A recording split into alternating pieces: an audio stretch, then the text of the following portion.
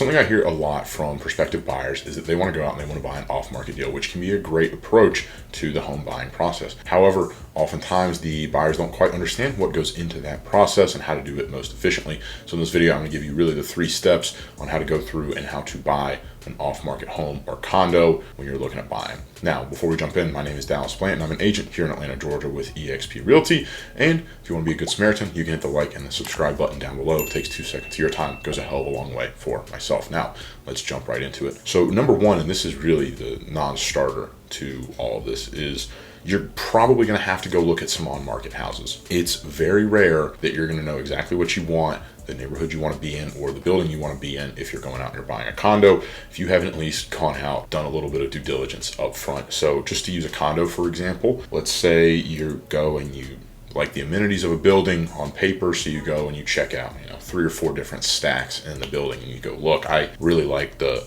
04 stack, for example, unit 104 all the way to 3504. Without doing that, it's going to be a little bit difficult to go through and kind of narrow down what it is you want.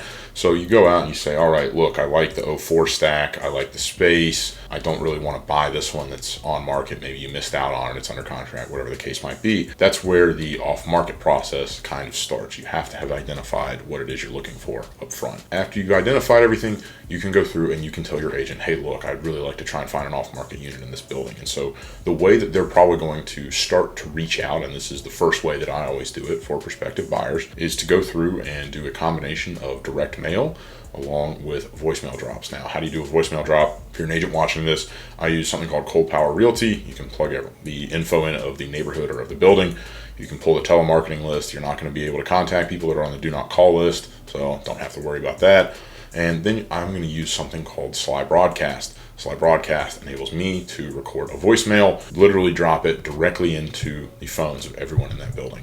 So you can go out, record your voicemail, and an example one I use is, hey, look, this is Blanton with eXp Realty. I've got a pre-qualified buyer. They're going to be a primary occupant that's looking to purchase in the 04 stack or the 02 stack or whatever the case might be in your building. If you or anyone you know is thinking about selling in the building, please reach back to me at this number. I'd be more than happy to have a conversation and see if we could set something up.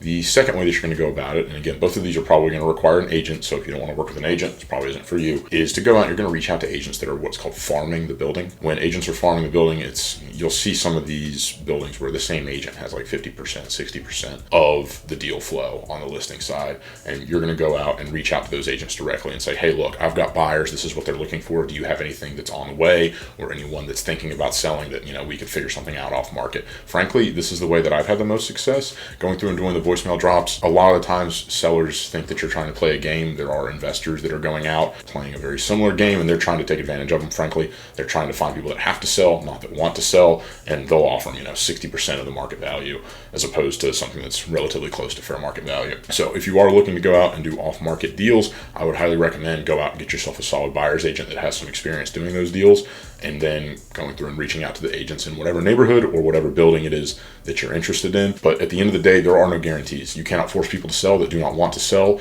and you can find just as good of deals, in my opinion, on the market as you can off market. As a matter of fact, I've actually seen people pay more money to do a deal off market than what they probably needed to pay, just because they wanted to make sure it didn't go to market and they ensure that there was no bidding war. Definitely a little bit of a pro and con situation, but if you're wanting to go the off-market route, that, in my opinion, is the best way to do it. Again, my name is Blanton. I'm an agent here in Atlanta, and if you want to be a good Samaritan, you can hit the like and subscribe button, or if you're looking to buy, I'd be happy to have a chat. You can hit the link in the description below, see if it might make sense for us to work together, and if it doesn't, I'd be happy to send you in the direction of someone that I think might be a better fit for you. Talk to you soon.